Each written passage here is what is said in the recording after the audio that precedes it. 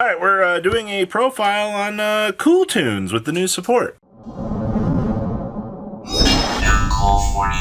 Alright, so we're doing Kewl Tunes today post Blazing Dominion. So check out our friends down below at tradingcardmint.com, enter MQ40 and save on your purchase. So we want to get ahead and actually start testing out some of the theory behind, some of these new cards and why these are going to be really, really good.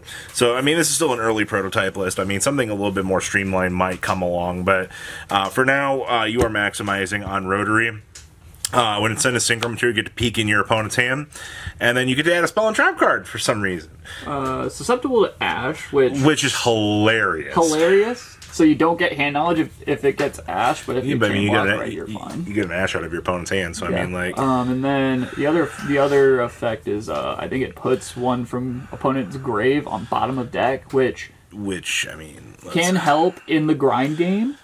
The other important thing about this is you can reveal this in another tuner in the hand to immediately normal summon a tuner. And it doesn't have to actually summon what it revealed, which is very interesting. Yep.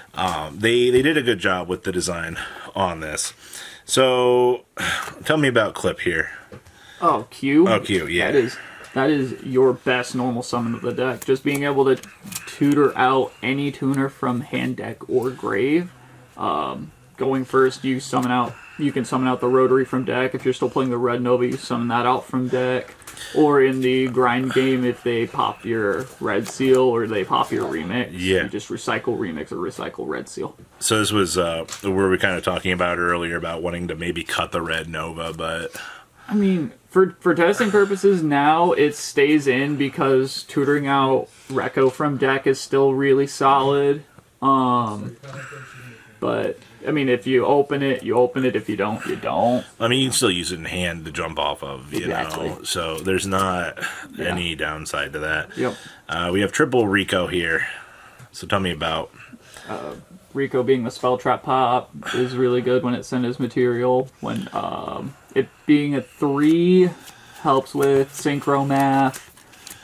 You kind of have to start maximizing these as 3-ofs now to get the appropriate numbers you need. Because, I mean, your high-end synchro is a 10. Yes. So, interesting. Yep. We've also got triple mix. From what I was playing to maximizing on mix now.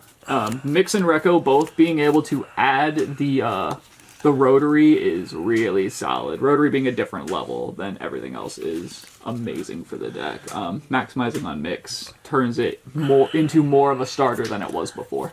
Alright, so this is now the Giga best card in your deck. Oh, that is the best going second card of all time minus Fua. Getting to synchro with this is absurd. Thanks, Crackle. And because we have the specific name now to reveal with this, with the form of Crackle now, Synchro Overtake gets a lot better. Or not Synchro Overtake. Just opening Clip plus a Ghost Girl is really good. Yeah. It almost makes me want to cut Veiler for the Mourner. Well, I mean, unfortunately, you can't really do anything with the Veiler. It being a 1, unless you got like some crazy opener. So, triple Ash, we get to use this to its full potential now. Can't wait to open up double Ash and be like, oh, hey, look, we can synchro with one. And Ash another. Use the actual effect with the other.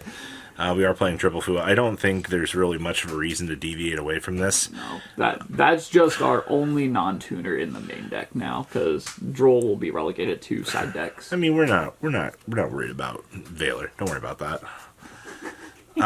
We've also got the triple Bell, also another 3 for you to effectively use. This is the one time I will play triple Bell in the main deck, is because I'm actually able to use a second copy if I open Clip. We've got the triple Veiler, which has been coming in pretty clutch. Yeah. Then we have this incredibly broken card. So tell me... Oh, Lord.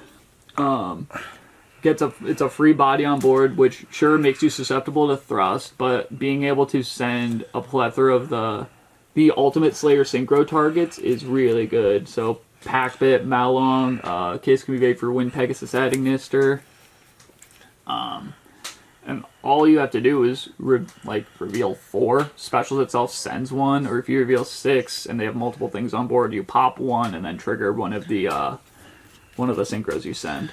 So if you have a 3 and this in hand, you can make back-to-back during... Back-to-back requires a synchro. Oh, it does have to be a synchro? Does have to be a synchro. Yeah, that's what I was reading before. Aww. Well, you know, we got a fat... I mean, you can use this in a level 1 to make an 8, which... I mean, if you have a non-tuner, but... There is, yeah. Interesting. He really does mess up the levels. Just a smidge, but I mean, he's still a good interrupt. The up to twice per turn spell card, which I don't know why you have that, but it's there and also helps us dodge like Imperm Veiler. How's having this triple synchro overtake in the main deck now? I mean, we've always played the triple synchro overtake. It is a starter for the deck. Just I'm thinking the one that surges it. Oh, the Duelist Genesis? Yeah. Yeah, no, we don't play that anymore. We don't need to. Maybe in the side is a one of. Maybe.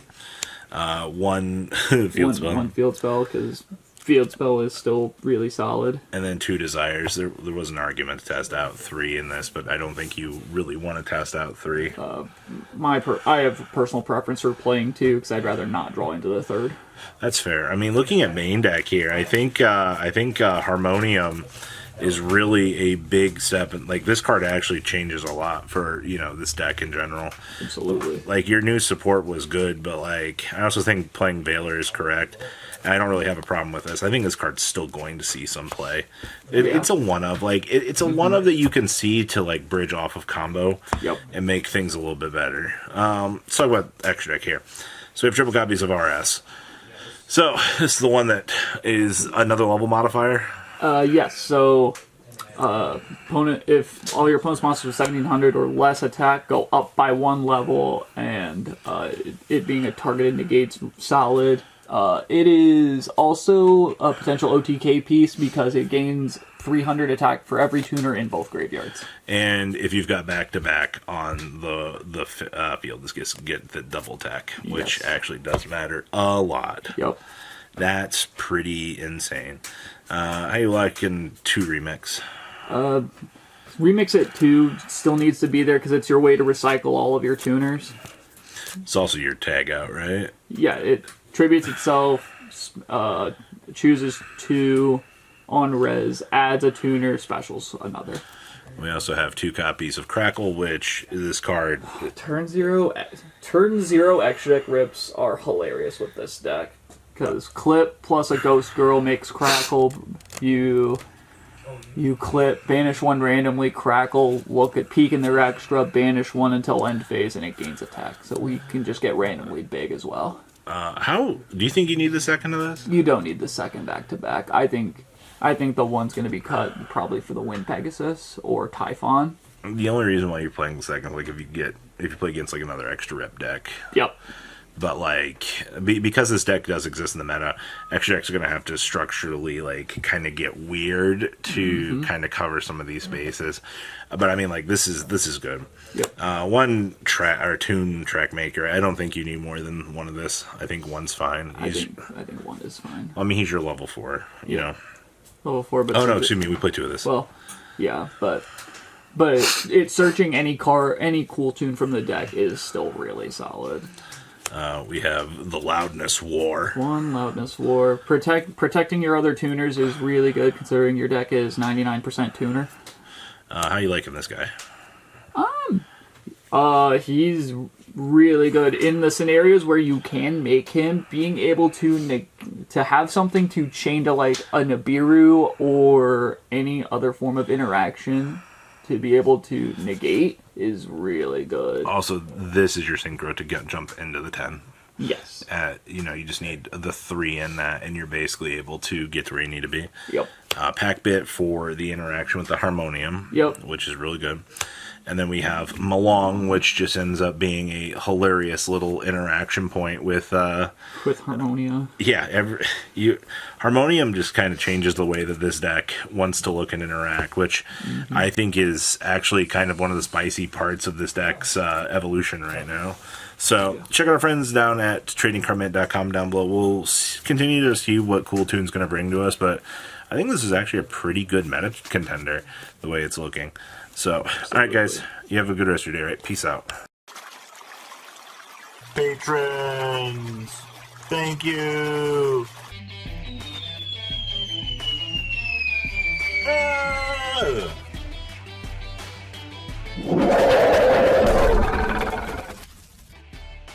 Thank you so much for watching. Check out these other videos.